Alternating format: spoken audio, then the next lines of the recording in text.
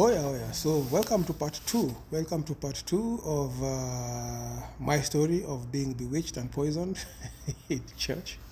Yes. So as I was saying just before the other one ended, this is part two of the story of what happened to me in Sierra Leone in a church, done to me by elders of the church, deacons of the church.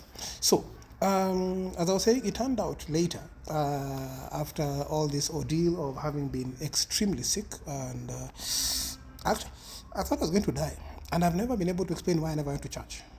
I guess it's just the gullibility of being in a place where speaking about a religious leader, speaking about the church leadership, speaking about people in the church, especially those who are in the positions of power, I would say leaders, the pastors, the deacons, the elders, and the like, was unacceptable in the sense that it was not allowed to happen, because if you spoke against a fellow member, especially if it's someone in leadership, then you are giving a bad name to the church, whether or not they did something wrong to you. Regardless of what they did to you, it was not accepted for you to speak about them, for you to report something done against you, for you to report something done. It was supposed to be dealt with, hush hush, and and swept under the carpet. So that's what happened. It was swept under the carpet. So back to how it came to light and what had happened. So about 3-4 months later, after this ordeal, I managed to travel home, recuperated, gotten better, gotten back to my feet fully, and came back to Sierra Leone, went back to Sierra Leone rather. I'm now in Kenya, so I can't say I came back to Sierra Leone. Went back to Sierra Leone, back to work, and of course, there had been discussions about this, what could have happened. Some people had told me, we were praying and we were fasting for you, Pastor, and we know there was a spiritual attack. I didn't know what it was. I tried finding out. No one was telling me. The senior pastor was not telling me anything. Whatever happened. I let it go. Eventually, I let it go. I even forgot about it. I'm like, you know what? Yeah, it could have been, could not have been. I just thought I had something bad in the food, in the sandwich. I remember, that's why even today when I'm making eggs, when I see an eggshell, I shudder, because I remember seeing eggshells, some few pieces of eggshells, you fry an egg, and maybe a shell broke and fell into it, and it wasn't removed. So I was like, maybe it was the eggshells I was allergic to. However, I'd never been allergic to eggshells before, because I know there are times that even I had fried eggs and people that fried eggs, and I would find like a piece of a shell, remove it, so which means probably there's a piece I never saw, or pieces I never saw over the years. So I couldn't understand why this particular time this happened. So I just told myself, maybe it was eggshells, maybe it was something in the food, food poisoning. I didn't even suspect that anything had been done to me intentionally. Till 3 months later, there's this meeting in the church. The senior pastor called for a meeting in the church one of the evenings. I think it was one of those weeks where I would go to church Wednesday, Thursday, Friday, Saturday people go for evangelism, Sunday there's a service. So we had, I think it was one of those times. So I think it was a Thursday evening, and he called for a meeting after the service. The evening service had ended around 7ish.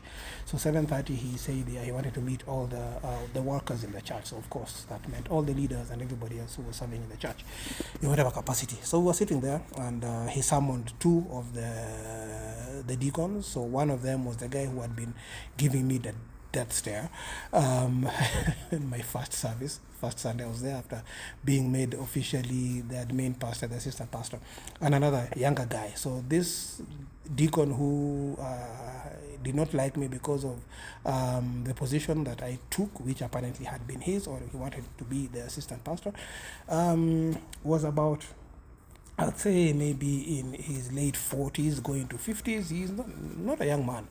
He wasn't young then. I'm pretty sure, of course, he's not young now either.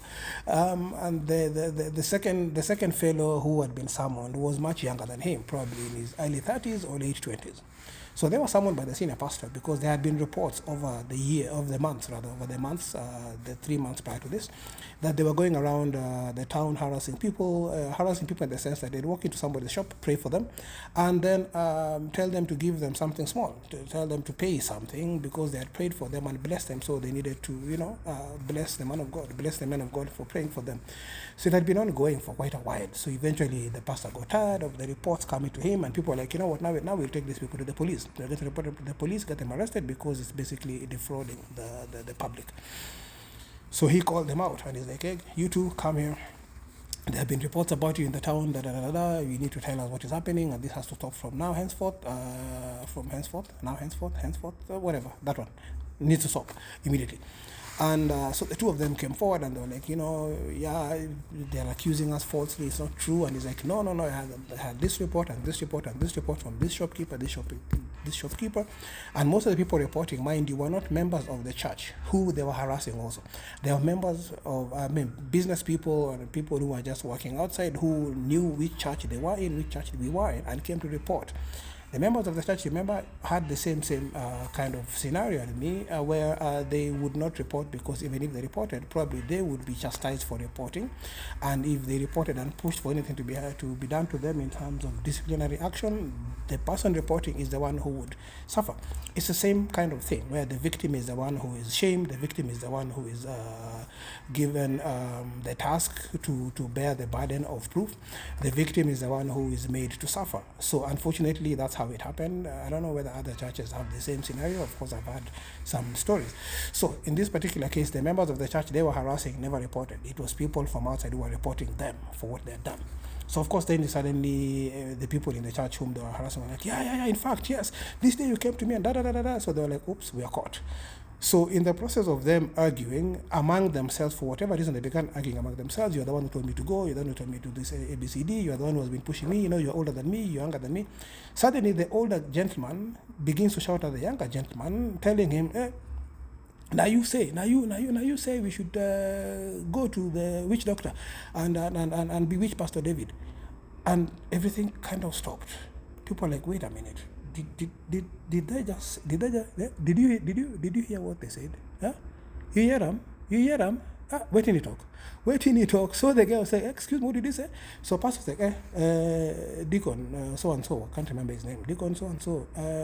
Wait till you talk. Talk him again.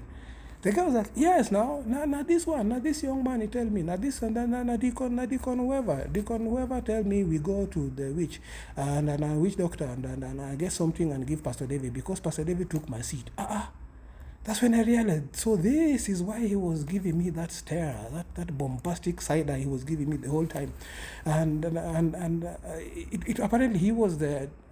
Okay, I knew he was, but he had been the deputy pastor for a long time, and then I took his seat, I took his position. That's why he was pissed, but I didn't know he was so pissed that he would decide to go and finish me. And then the young guy goes, no, I beg. How you go talk say so? I be younger than you. Now you old man. How I tell you? How I take advice you, as young as I am, take advice you to bewitch the pastor. Then they're like, in fact, so what happened, bottom line was, apparently, the younger guy had asked me for money for shoes. I told him I don't have money for shoes because the money I have is my salary. I can't just be dishing out money. I had been generous in the initial stages. Then I realized people are taking advantage of me, including the senior pastor. Story for another day. Soon. In the Chronicles, Humanitarian Chronicles, I'll tell you that story also very soon. But it's part of it is in this book. This book, that's my book. You move my head, that's my book. Yeah. Part of it is there. So apparently, the young guy got angry that I didn't buy him shoes. The older guy was angry, of course, that I had not taken his position in the church as a deputy pastor. And more so, he had asked me for some money, and I refused to give him. He had been asking for money, I had been giving him. At one point, I just said, I'm done. So apparently, they went to a witch doctor, told them about me, how they hated me, or whatever it is I told them. I don't know, they told him, and he gave them something, some kind of witchcraft, whatever it was, and told them put it in some food and give it to me. So Rogers was used by this fellow. I know Rogers. I remember the name because we sat next to each other for a whole year in the project. They gave Rogers to bring it to me. Rogers was also a deacon in the church. Gave him to give it to me. So apparently they poisoned it and bewitched it from this Winchy. And I was supposed to die times 2. I'm glad I didn't die, so I've been able to continue doing the work that I do.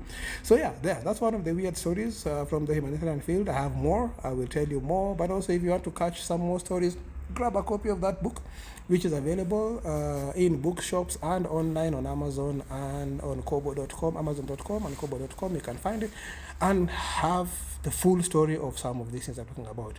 Well, have a good day and catch you later in another video. Bye-bye.